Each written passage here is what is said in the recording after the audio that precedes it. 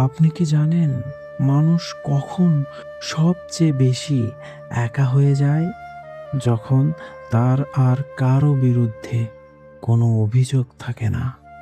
এক সময় আপনার বুক ফেটে কান্না আসতো। আপনি মাঝরাতে চিৎকার করে আকাশ পাতাল এক করে ফেলতেন।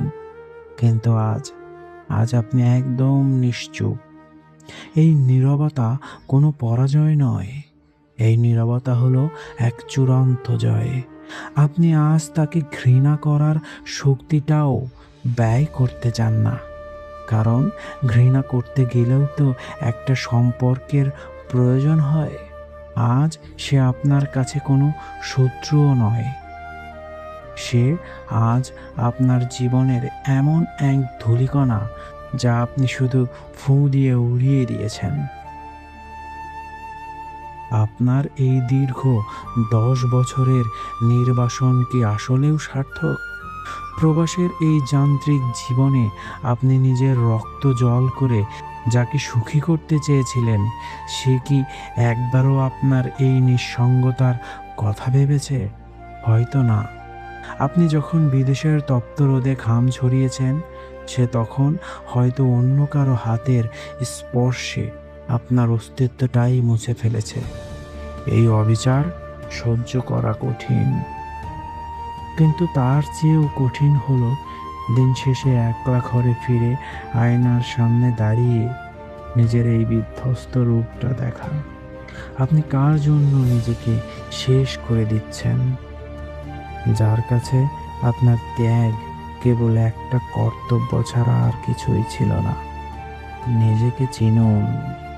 আপনি কোনো দাতা নন, আপনি একজন যোদ্ধা, যাকে বারবার পেছন থেকে ছুরি মারা হয়েছে। একটা তেতো সত্য আজ মেনে নিন, সে আপনাকে কোনোদিন ভালোবাসেনি। সে শুধু ভালোবাসতো আপনার দেওয়া সুযোগ সুবিধা আর আপনার অন্ধ অনুগত্যকে। বেঈমানি যারা করে তারা আপনার বিশ্বাসের মর্যাদা দিতে জানে না, কারণ তাদের কাছে বিশ্বাসের কোনো মূল্য নেই। তারা শুধু বোঝে নিজের প্রয়োজন। যেদিন আপনার চেয়ে বড় কোনো প্রয়োজন তার সামনে এসেছে, সেদিন সে আপনাকে ছুঁড়ে ফেলে দিতে 1 সেকেন্ডও দেরি করেনি।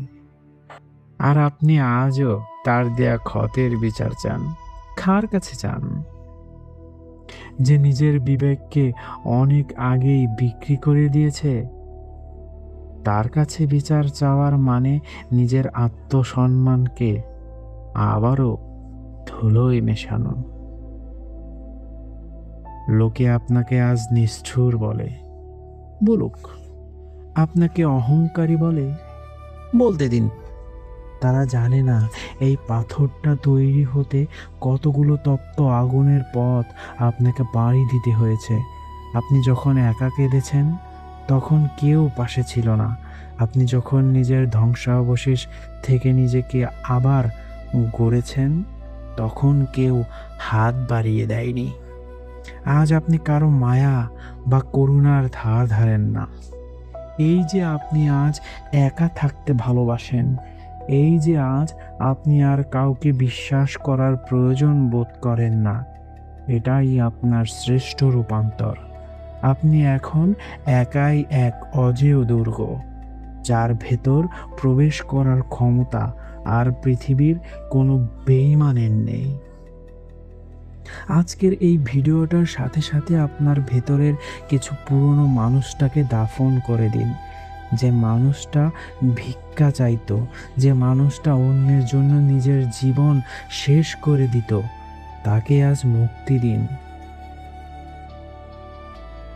আপনি নিজের কাছে নিজেকে অনেক ঋণী করেছেন।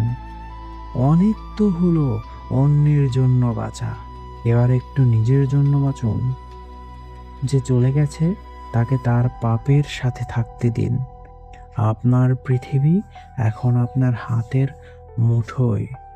বিচ্ছেদ আপনাকে ধ্বংস করেনি, বিচ্ছেদ আপনাকে চিনিয়ে দিয়েছে যে এই পৃথিবীতে আপনি ছাড়া আপনার আর কেউ নেই।